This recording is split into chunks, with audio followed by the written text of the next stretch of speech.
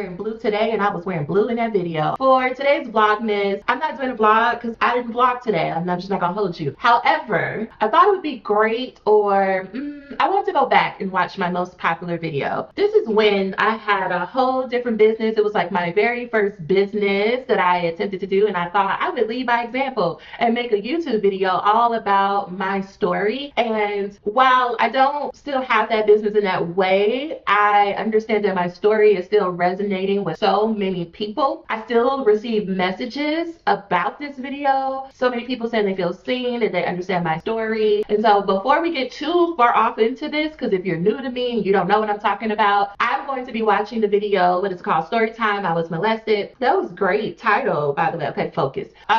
This is a trigger warning. If you, I know you saw the title and I know you saw the thumbnail, but just in case, I'm going to be sharing some intimate details, some details around sexual violence, childhood abuse, right? The impact of that into adulthood. And so please take care of yourself while you're watching this. And if you need to watch it in pieces, completely understand. If you need to skip it, I completely understand, friend. But if you are someone who has experience with this, you're helping someone else navigate this experience, I'm hoping that this video at a minimum will help you to feel seen, help give you, I'm not going to do so much about tips. Maybe that'll be a different video, but I wanted to watch it and react to it because I also think it's a great way to see how much I have evolved and the work that I've been doing on myself, because y'all, work doesn't stop. Like the shadow work, the who I'm becoming. I was a doc student at this point when I was watching this video, and now that I'm a full-time business owner helping other doc students finish their dissertation, I just think this would be interesting. So let's get started.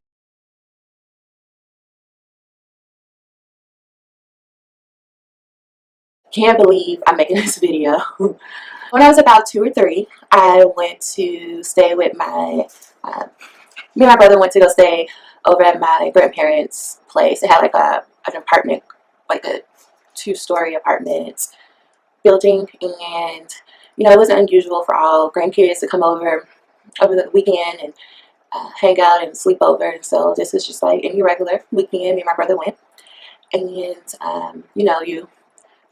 like so many cousins and everything. Everybody is usually like a lot of people sleep in the same bed. And so this one night, I want to say it's like 4 or 5 of us in like this queen size bed. It's like a spare room in the basement.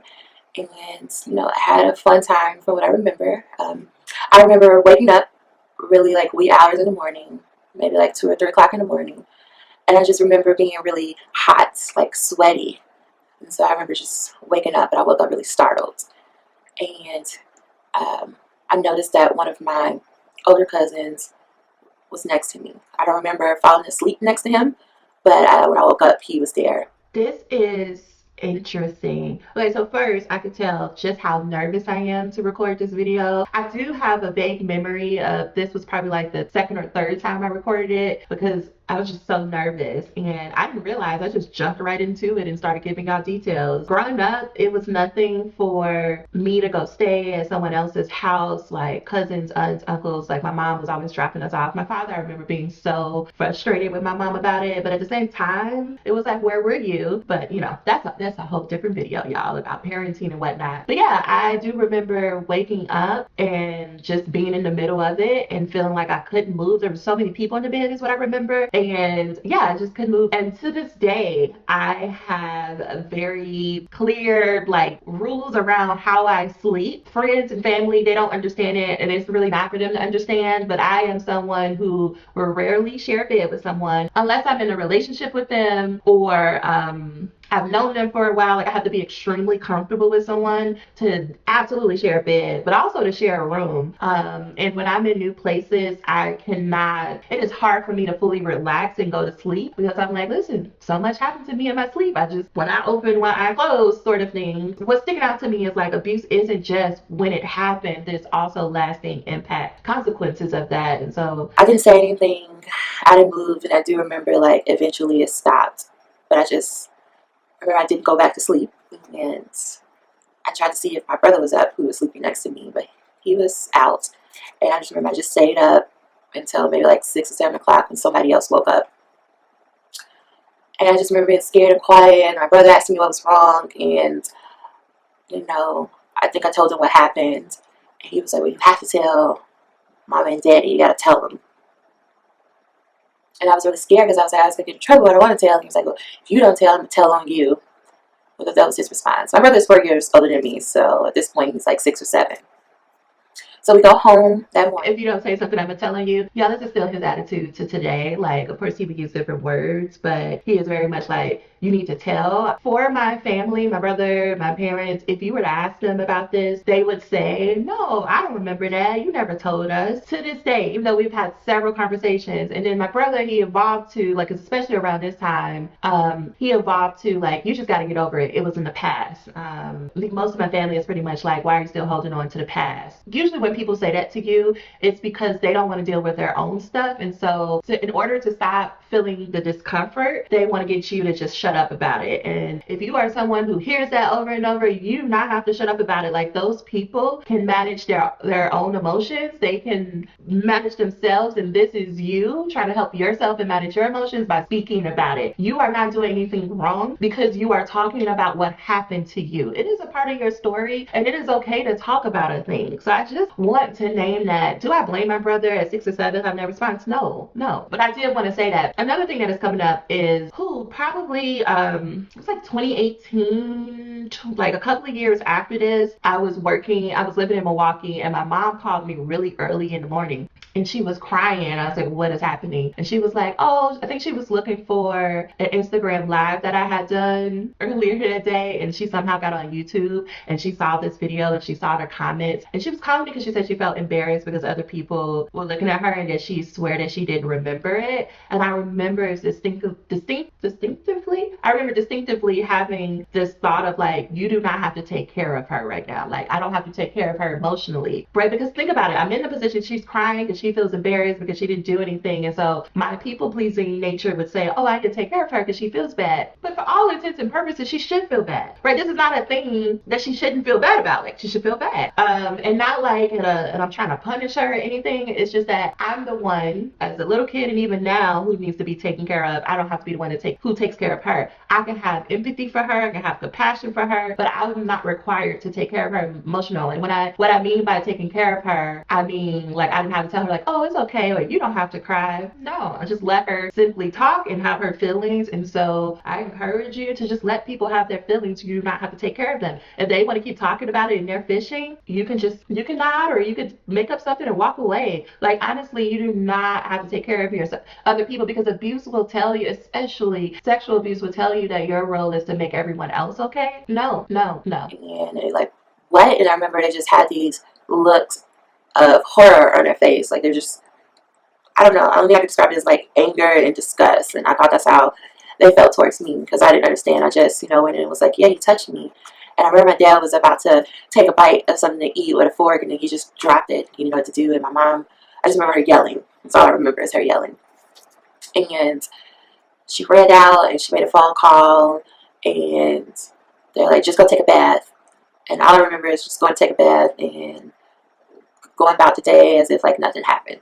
And a couple of days later, I think like my mom made a comment of like, oh yeah, he got in trouble, he got a whipping, everything's good.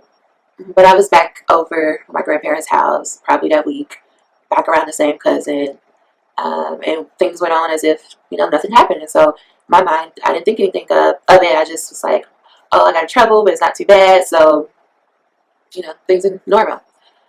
And then about a year or so later, I was at an aunt's house. Now, the first grandparents were my father's grandparents.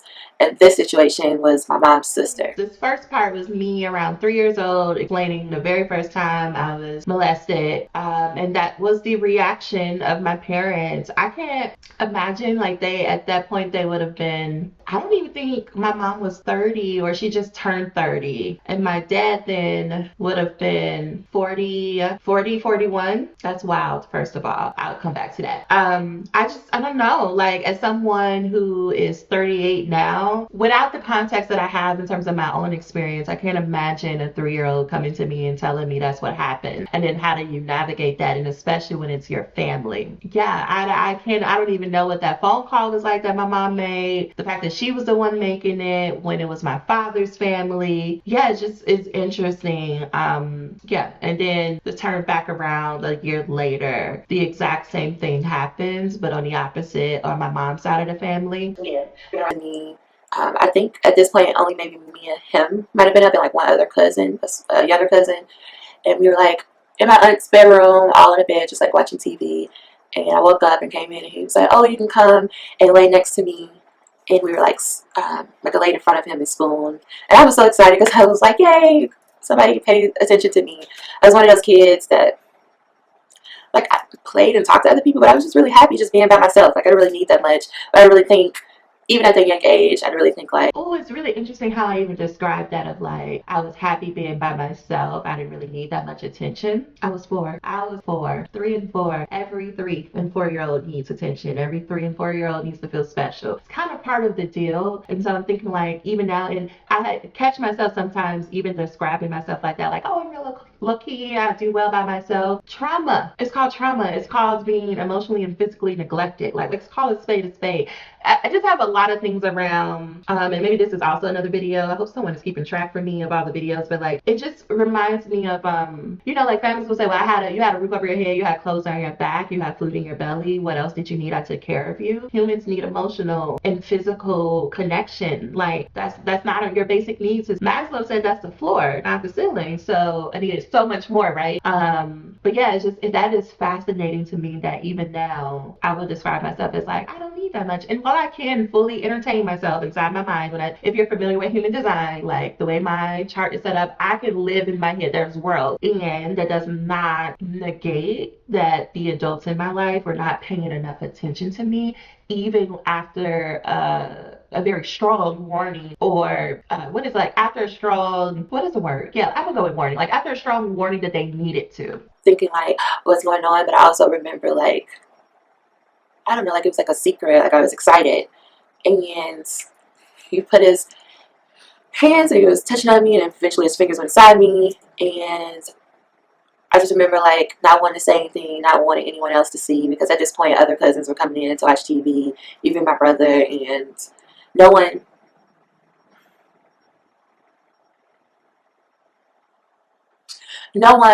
seemed to notice. And so it just kept going on, and I think he was like, come in the bathroom with me. Like, after a couple of hours later, he's like, come in the bathroom. And we snuck off into the bathroom, and he was like, take your pants off.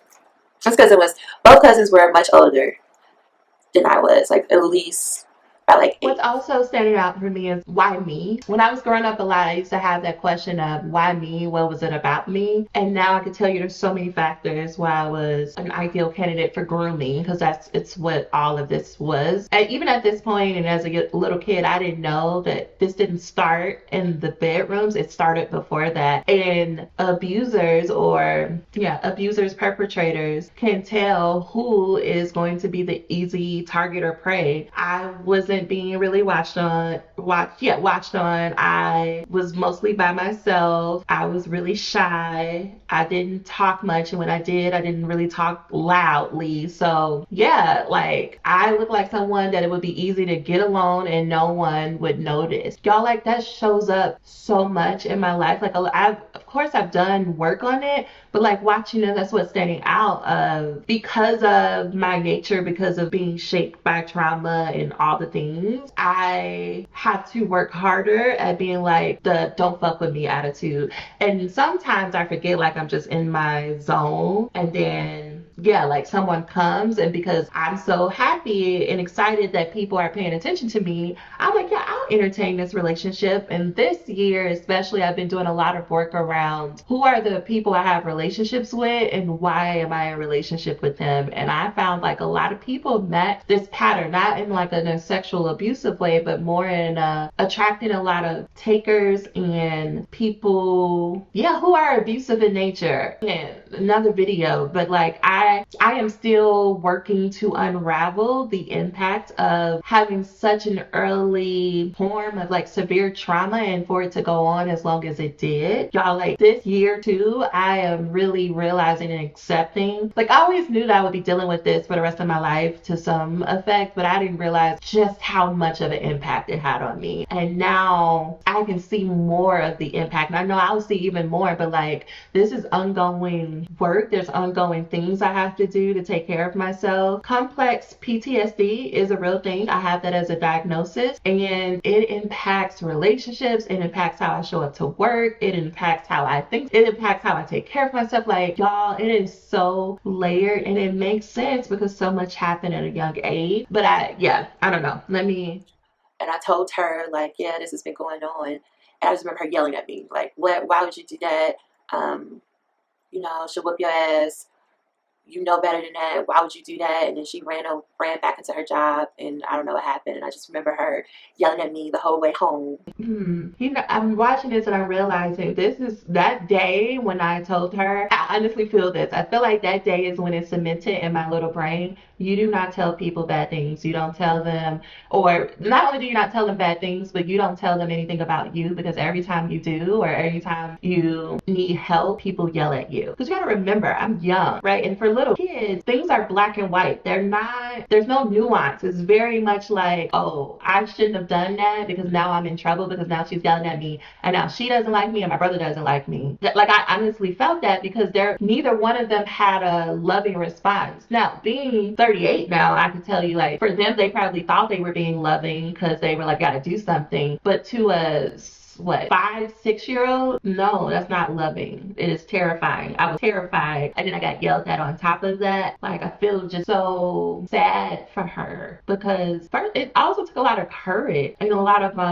advanced thought process or logic to like make that conclusion and be like, yeah, we don't say anything, right? See, I knew I should have done it, and so then I go another 3 or 4 years of not saying anything because every time I said something, these 2 times, the reaction wasn't like, no one came back to be like, are you okay? Do you need anything? Tell me about it. How are you feeling? I can recognize now as an adult that they didn't have the tools or the resources to do that. It does not change the impact though. There was a little girl who was just left alone with all of this confusion and fear and worry that her family didn't love her or did not want her. And it makes sense that now at this age as an adult, I am not close to my family. I do not like going to visit family. I do not like going to family events. And I'm willing to endure all of the comments that people make, like all the comments my family makes around like, oh, she's standoffish, or you need to be like, I had a cousin like, you need to start coming around the family more, and I just looked at him. I keep my distance, and this is why, because this is where it started. And it doesn't matter if other people understand it or not. I'm more invested in protecting the little girl that no one else protected. And it keeps happening. So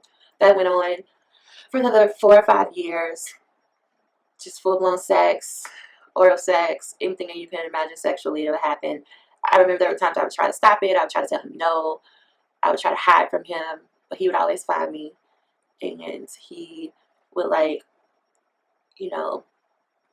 beg me to keep going. Even when I said I was going to tell, he would say like, no, I'm getting in trouble. You don't want me to get in trouble, do you? So don't say anything, or just a little bit. And it just went on and on until maybe I was like 9 or 10, and I was at an age where I was getting involved more in school.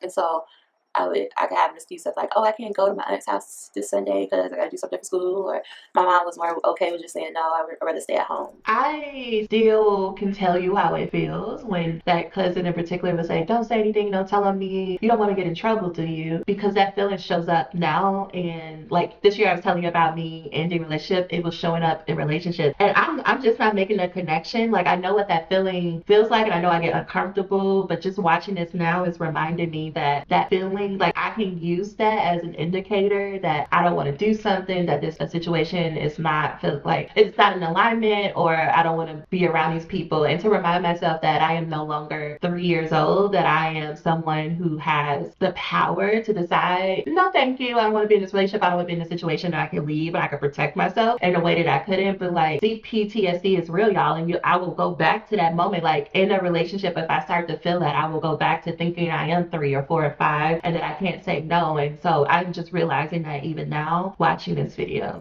Anything I should be alarmed about is like the adults didn't care, so whatever.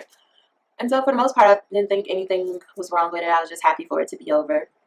I do remember that when I first started having sex at 13, that I remember going into it like, oh, it doesn't matter. I'm not a virgin anyway, because that was taken from me. So it doesn't matter if I have sex with this person. Isn't that what you're supposed to do with boys? You're supposed to have sex with them because that's the only thing that they want. That's what they like. So I would do it. And plus, I was like, it's the only way to get their attention. I wasn't really getting that much attention at home. I mean, I was good at school and a good student. So it was always like, yay, she always gets A's. Don't need to worry about her. So I just was like, well, I guess I just need the attention. I just need the, I was just like, I just need the attention of guys, and I just would have sex.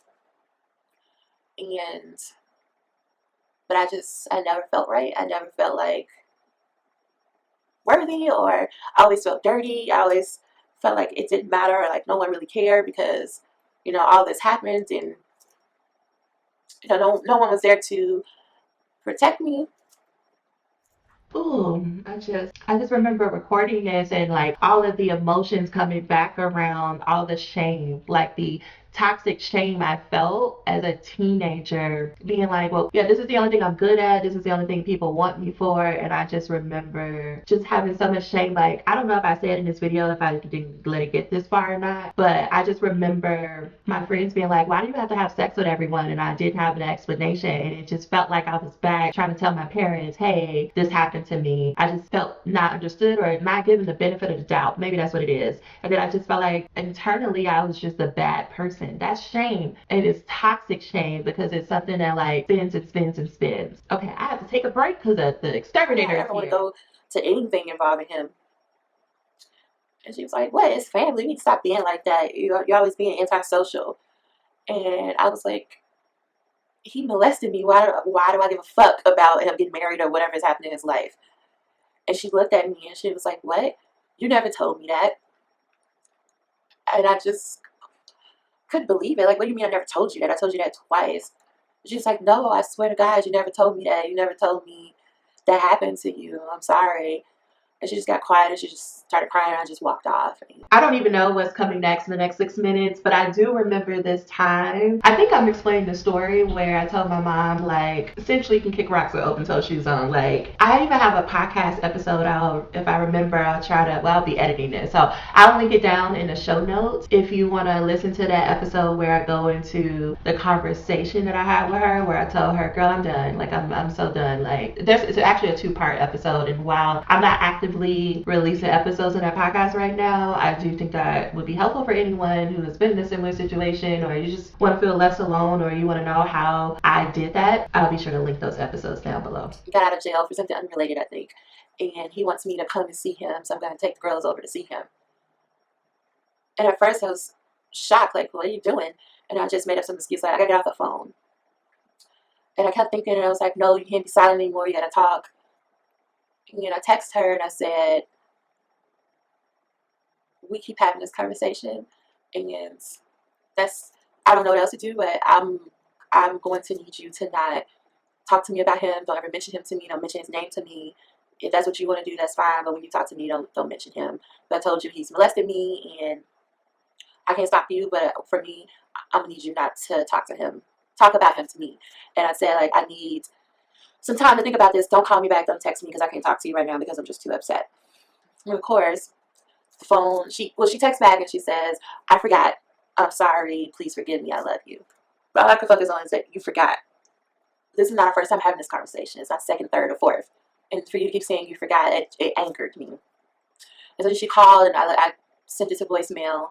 And, we started going back and forth in text messages. And she wrote me a message like, you only get one mother. How dare you tell me not to talk to you? You know how many people wish they had a mom to talk to, and you're going to tell me not to talk to you. And I forgot what you want me to do about it. That happened so long ago. You need to get over it. I can't go back and change it.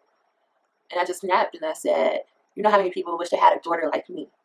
I'm so concerned about your feelings and everybody else's feelings that I'm not saying anything. But really, this is your responsibility. You didn't protect me. But I'm not asking you to protect me anymore. I'm just saying don't mention him to me. And I never said, don't talk to me. I said right now. And then I had a smart comment and I said, once you worry about protecting them, since you're going to go see him, worry about protecting my nieces since you didn't protect me. And that, like, big storm caused, and my brother had to get into it and back and forth. And at the end of the day, that just ended with, I just can't talk to her for a while. And I haven't been able to talk to her. I sent her messages. I sent her messages here and there, but I can't really talk to her, and she still doesn't get it. And her story is still, I didn't know. And my brother's story is, I didn't know. And my father's story is, I didn't know. And everybody's like, they didn't know. And they claim I didn't tell them, and they don't remember. And I don't know how you can forget something. I don't know how you can forget that. And it makes me feel like you forgot me. You don't care enough about me. To help me heal, I wanted to help others heal. And so I started my own business to help other survivors like me who were molested, and they're trying to have a better life, and they find themselves that they're struggling. It's like no matter what you do, no matter where you live, no matter the people, no matter how much you change yourself, you still feel dirty and broken on the inside, and you feel like you're not worth it, and nobody will ever love you, and nobody really knows you, and if they knew you, they wouldn't want to be around you, they wouldn't want to talk to you, and so you push people away, and you don't know how to take in love, and it's difficult. And yeah, it might have happened a long time ago, but it still feels like it happened yesterday. And so I just want to help other people, and I wanted to share my story to know, like, you're not alone, and it's hard, but you can do it, and I'll be here to help you if you want to. So that's my brief story. I didn't go into every detail and everything that happened. I just wanted to tell my story. So if you made it this far, thank you so much for watching. And if you have a story to share, I would love to hear it. And thank you for listening. I'm smiling. I'm smiling because I'm just so proud of her. I'm proud that she had the courage to say, like, not only am I going to do my own work, but I'm help others do their work. And yeah, like I really tried, like in terms of 2016 me, I really tried to. Oh, I released this February 5th. Listen, this is okay. Focus. I really tried to make that business work. However, because of my limited knowledge of how business works and my coach's discomfort with the topic, because that's what I realize it is now, I didn't know how to figure it out. But let me tell you how I figured it out, y'all. And I've been thinking a lot lately that I want to come on this channel. I want to revive this channel and talk more about it because it is still something that is so near and dear to my heart, and I continue to do so much work on it. I do so much healing, and I've this was 8 years ago, not even 7. This was it. What is math? This was 6 years ago, and I am completely different than who I was when I recorded this video. But I couldn't have been this version of me without her. I'm grateful for her having the courage to record and to put it up there. And I did even more videos. I don't know, it's just amazing. But yeah, like I did go into the whole thing about me telling my mom I'm done cutting her off. And I remember all of the phone calls from people being like, you only get one mother, how dare you? But that was a necessary step. It was a necessary first step because why I also decided to end this business and start my dissertation business is because I was at that time, currently in a very toxic, emotionally abusive relationship. And I was like, I have no business trying to help someone else when I can't even help myself. Like, I had a moment of clarity of like, girl, do you see that you are not further along enough? Yeah, I wasn't doing my work enough to be trying to help somebody else do their work. Do I think I could have built a community? Absolutely. Do I think I still could have helped someone? Yeah. But I didn't feel fully in alignment to be helping someone. And especially when I look back after I got out of that relationship, I was like, girl. Not to say like you have to be completely healed or fixed, because I don't even think that's even possible. But I will say, like, at a minimum, I probably shouldn't be in anybody's abusive relationship trying to help somebody, love themselves, because I wasn't loving myself. I don't know, like I'm lost for words because I tried to watch this maybe 3 years ago and I couldn't even make it through the first 2 minutes, and then we just watched this together. I would love to know y'all questions because I do want to make this a series. As I'm sitting here, it is sinking in that like it is important to have people who look like you talk about things like this. And while there are certainly today way more people on the YouTube and the internet in 2023 talking about this than there were in 2016 talking about it, I still don't think like there's enough. And someone who can handle that, like I get that this is a heavy topic for most people. However, if you're someone who experienced it and you've been looking for other people to relate to, it is challenging, especially when you're looking for someone who is talking about their personal experience and not trying to say like, here, do all of these tricks and tips and things that don't work for you, for someone who never experienced it. So yeah, I'm gonna keep doing this let me know if you'll be interested in that as a series, and I definitely want to continue. As I reflect on just lessons where I'm at in this year, I've done a significant amount of work to reconnect with my family. Would I say that we are like the closest family ever? No. But I can tell you that I have actively been on a journey to see my parents as people, see them outside of their roles as parents, and see them as the 30-year-old and the 41-year-old who was trying to navigate this for the first time, and understanding what was going on in their lives, what was going on in their relationships. And by no means am I excusing them or like taking a responsibility. It's about like balancing it with the context. A lot of times we try to punish our parents because we feel like they should know better because they are the parent. But y'all, like, they're people, and they don't, especially if they didn't have parents who taught them or they didn't have people in their lives to teach them, how can they give you something that they don't even know exists or they were never taught? So those are the words I'll end this with, especially now. It's not quiet anymore in the house, but yeah, let me know your thoughts and questions. And I really enjoyed watching this with y'all. I sincerely appreciate all of the messages that I've received over the years from this video. I sincerely appreciate you sharing your stories with me. At first it was like overwhelming because I didn't realize, this sounds so ridiculous, but I didn't realize that people were watching the video, even though there's almost 14,000 views on this video. I know that sounds ridiculous, but I just put it up for me, not for people. I don't know if that's true because my business address is in here. Anyway, I don't know. I'm grateful for you all, and I want to continue this conversation. So, and someone told me I need to get a PO box. I appreciate you too, girl. But yeah, let me go because I need to go do other things. But thank you for watching this. Let me know down below your story or anything, any questions that you have, and I'll be happy to answer them. And I'll see you on the next video.